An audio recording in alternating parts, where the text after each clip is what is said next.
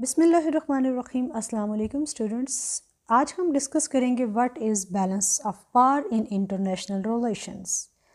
बैनुल अक़वामी ताल्लुकात में ताकत का तवाज़ुन क्या है और ताकत का तवाज़ुन बरकरार रखना क्यों ज़रूरी है।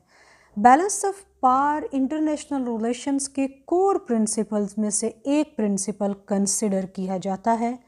अगरचे बैलेंस ऑफ पावर थ्योरी के कोई एग्जैक्ट मीनिंग नहीं है, फिर भी हम ये कह सकते हैं कि it is a state of international order where power is balanced in such a way that nations avoid aggression out of fear of forceful retaliation.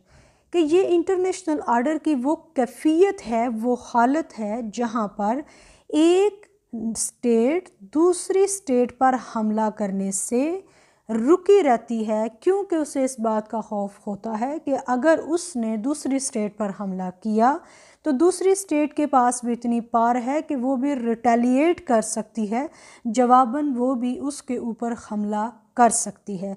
तो बैलेंस ऑफ पावर थ्योरी ये कहती है कि इंटरनेशनल लेवल पे piece को maintain रखने के लिए स्टेट्स के दरमियान जो ताकत का तवाज़ुन है वो बरकरार रखना ज़रूरी है।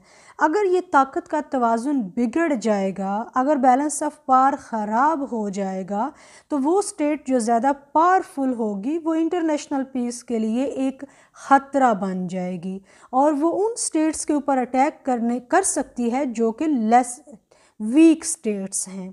इसलिए balance of power theory encourage करती है कि अगर स्टेट ए या एक जो ग्रुप है स्टेट्स का एक अलायंस की शक्ल में वो अपनी पावर को इंक्रीज़ करते हैं, तो जो स्टेट बी है या जो दूसरा अलायंस है स्टेट्स का, उसे भी अपनी पावर को इंक्रीज़ करना चाहिए to maintain balance.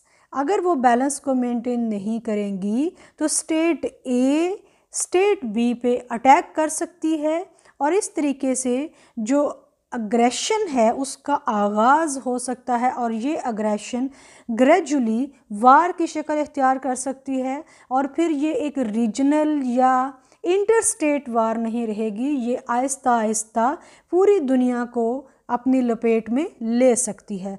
So balance of power को हम एक डिटेरेंस थ्योरी के तौर पर भी कहते हैं कि जिसकी वजह से स्टेट्स रुकी रहती हैं एक दूसरे के ऊपर हमला करने से। टेक केयर, अल्लाह हाफिज़।